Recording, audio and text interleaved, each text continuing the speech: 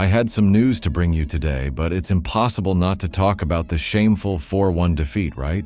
And before any Celtic fan comes here to laugh, you lot lost 7-0, so keep quiet. Now, let's take a look at what Jack Butland said, what Tavernier did, the worst players of the match, and much more. It's a bunch of news wrapped into one for you, so stick around till the end and leave a like to support the channel with the daily updates. Let's go. We are the people. James Tavernier really should hang his head after this defeat. Malik Fofana absolutely had his way with him, and you could see it coming from the start. Fofana bagged 2 goals, with Alexandre Lacazette also contributing, abruptly ending Rangers' winning streak. Tavernier once again failed when Philippe Clement needed him the most. And this isn't the first time. Remember that dismal showing against Celtic earlier this season? Caradine Idesane even made a cheeky comment about him on BBC Scotland, saying, "Off goes the Rangers captain after being thoroughly humiliated by Malik Fofana today." The bigger concern here is that Tavernier seems to go missing when it matters most. It's one thing to boss a game against some of the smaller sides in the Scottish Premiership, but the real test comes in matches like these, and time and again, he simply doesn't show up. Tavernier's leadership is now being called into question. Clement, who nearly shipped him out in the summer, must be wondering if it's time to hand the reins over to someone else. Dujon Sterling, at 23, has been waiting for his chance, and with performances like this, Clement has every reason to start phasing Tavernier out.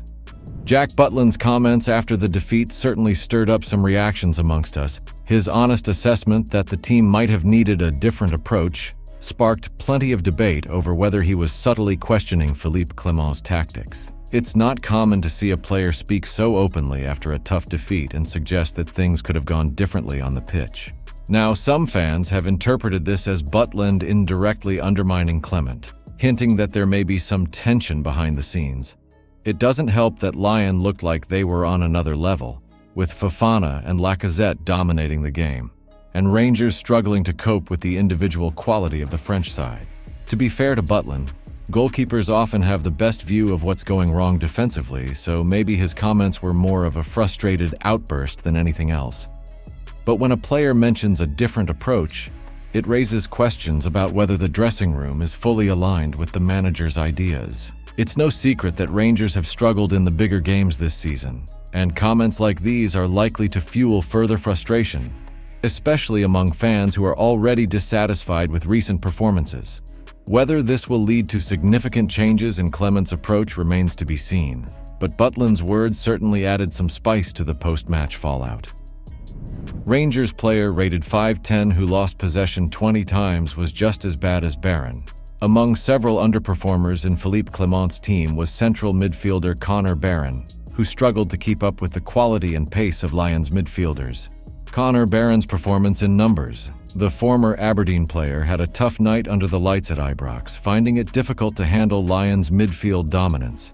Barron lost 3 of his 4 duels and was dribbled past twice, highlighting the ease with which Lyons players outmaneuvered him in physical contests.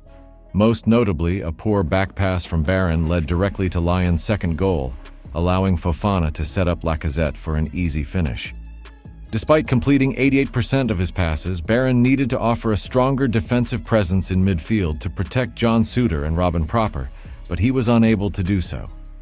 However, Barron wasn't the only one having a poor game. Brazilian left-back Jefte also had a night to forget. Jefte's performance in numbers. The former Fluminense player has enjoyed a run in the team due to Ridvan Yilmaz's ongoing absence, but he struggled to showcase his abilities against Lyon. Jefte managed to get into advanced positions but failed to make any meaningful contributions, completing just 2 of his 11 attempted crosses. Rated 5-10 by Glasgow World, the 20-year-old lost possession a staggering 20 times and didn't create a single chance for his teammates. He was also dribbled past 5 times, with Rayon Cherki proving too much for him to handle throughout the match. Additionally, Jefte lost 9 of his 13 duels, mirroring Barron's struggles against the pace and quality of Lyon's attack. With no other natural left-back options available, Jefte may find himself with another chance to redeem himself in the upcoming Scottish Premiership match against St Johnstone on Sunday. Philippe Clement is already looking ahead after the defeat. and one of his plans includes using Niko Badami in a new position. Despite a difficult night in the Europa League, Badami stood out for his technical flair, impressing Ali McCoist during commentary with his elegant touches. Although Badami has been playing on the left wing, Clement hinted that once key players like Oscar Cortez and Rabbi Matondo return from injury, Badami could feature in his preferred central role behind the striker. Signed for £3.5 million, Badami has the vision and creativity to thrive as a number 10, threading passes to Cyril Desires up front.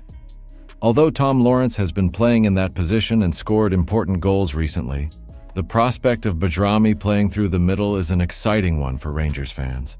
Clement acknowledged that Badami is performing well out wide due to current injuries, but the Albanian playmaker could soon have the chance to show his skills in his favored role. Reflecting on the defeat to Lyon, Clement expressed his disappointment with Rangers' inability to capitalize on early chances. Václav Černý missed a crucial opportunity moments before Lyon opened the scoring, and Clement lamented the errors that allowed the French side's potent attack to punish his team. With tough fixtures ahead, including Tottenham Hotspur and Nice, Clement knows his squad needs to be sharper in both attack and defense if they are to progress in the competition. Chris Boyd laughs through his Rangers pain before Celtic potshot gets him booed, what the pundits said. Boyd could only laugh after Lyon's second goal, and by full time he turned the defeat into a dig at rivals Celtic. Chris Boyd was nervously laughing after Lyon's second goal against Rangers, but he was still smiling at full time as he turned their 4-1 defeat into a jab at Celtic. Rangers were soundly beaten by the League One side at Ibrox, with Malik Fofana and Alexandre Lacazette each scoring twice on their way to a comfortable victory. Tom Lawrence had leveled the score after Lacazette's opener, but there was simply too much firepower on show from the visitors, whose forward line of Fofana, Lacazette, and Rayan Cherki was too much to handle. The pundits had plenty to say on what was a sobering night, with Boyd being one of the focal points in the Sky Sports studio. He can never resist a Celtic wind-up and was quick to compare the result to their 7-1 thrashing in Dortmund. Elsewhere, Ali McCoist noted a sign that standards are slipping at Ibrox. Here's what three pundits had to say. After Lyon's second goal, the Sky studio cut to Boyd, who said with a laugh, "You don't have to come back to me if you don't want to," before describing Lyon's second goal. "Thought full time," he continued, giving credit to Hearts before taking a swipe at the hoops across the city. He added, "Černý had a chance before Lyon scored early on to put Rangers ahead, but he missed it from inside the 6-yard box, smashing it over the bar. From that moment on, it was all Lyon. The front three absolutely tore Rangers apart tonight. To be honest, it was 4, but it could have been a lot more. Lyon were outstanding. But this week, you've got to give credit to Hearts, the team from the capital, the only Scottish team to get a win in Europe. Fantastic performance. But it's hard to believe Rangers lost 4-1 tonight, and it's not even the worst result for a Scottish club in Europe this week." That final comment was met with a chorus of groans and boos from the rest of the studio, who knew it was coming. Keith Weiss has raised the alarm about Rangers' next CEO appointment, stressing the need for someone highly experienced to lead the club through what he sees as a critical period. With James Bisgrove leaving for the Middle East after a short spell in the role, Weiss, former CEO of Aberdeen, Everton, and Aston Villa, warns against internal politics playing too much of a part in the appointment. John Gilligan, Rangers' interim chairman, recently stated that finding a new CEO is a top priority and expects the process to be completed within a few months. However, Weiss believes the next leader must be more than a young, commercially focused individual like Bisgrove. In his view, Rangers need someone who understands both the commercial and footballing aspects to bring success back to Ibrox, particularly in closing the financial gap with Celtic.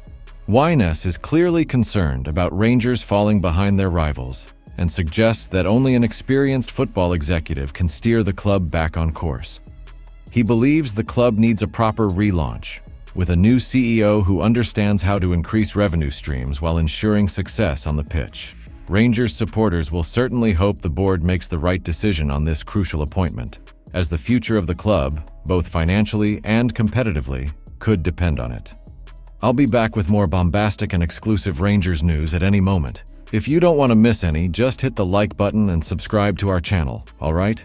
We are the people.